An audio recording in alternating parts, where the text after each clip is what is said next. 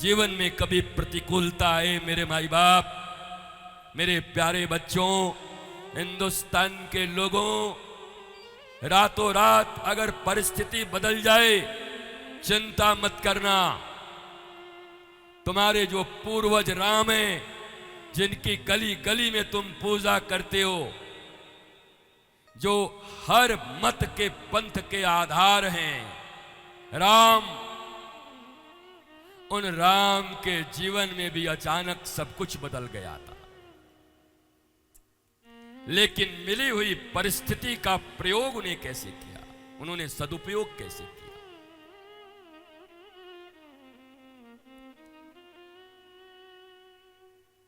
अपनी बेगम के मरने के बाद ताजमहल बनाने वाले, उसके बाद भी कई बेगमों से विवाह करने वाले, प्रेम की निशानी तो ये है, एक पत्नी व्रता, एक गई तो गई। सैकड़ों विवाह किए जिसने,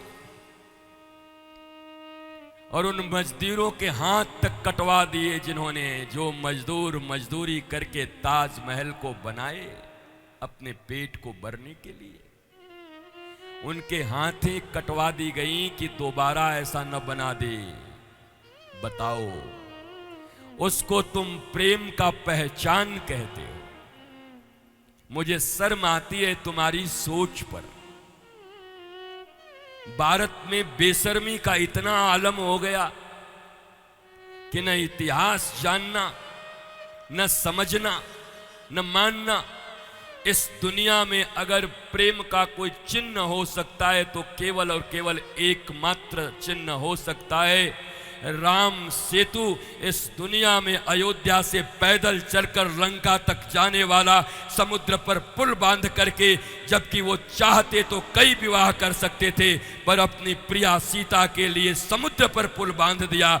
अगर कभी अपनी प्रेमी या अपनी माता पिता किसी को प्रेम में कोई निशानी देनी हो तो छोटा सा राम सेतु का चित्र दे देना, इससे बड़ा कोई निशानी प्रेम का नहीं हो सकता भारत में। अयोध्या से चल करके तमिलनाडु तक जाना, कहां नॉर्थ से साउथ तक पैदल जाना, और वहां भी जाकर समुद्र में पहली बार पुल को बांध लेना, उस समय में एक जानकी के लिए, अपनी प्रिया के लिए।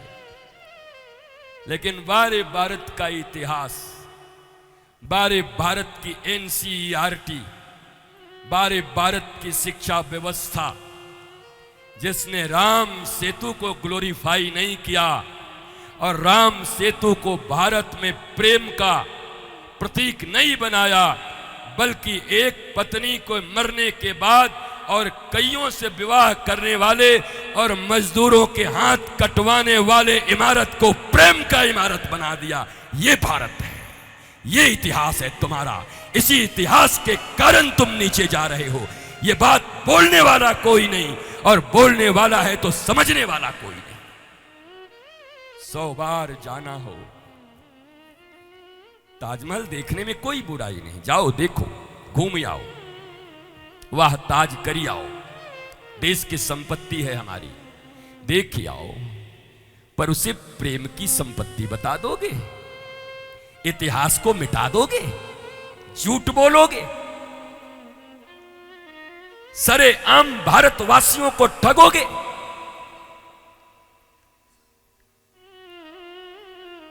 इसलिए सुदूर तक बैठे हुए मेरे प्यारे, संस्कृति के लिए जागृत रहो।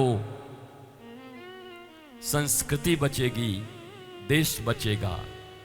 देश बचेगा तो कौन सा देश है हमारा? ये वही देश है, मेरे देश की धरती सोना उगले उगले हीरे मोती, तराशना पड़ता है हर चीज को। जन्म अच्छा हो जाए और एक सद्गुरु मिल जाए जीवन में, और माता पिता तो प्रेमी होते ही हैं, होते ही।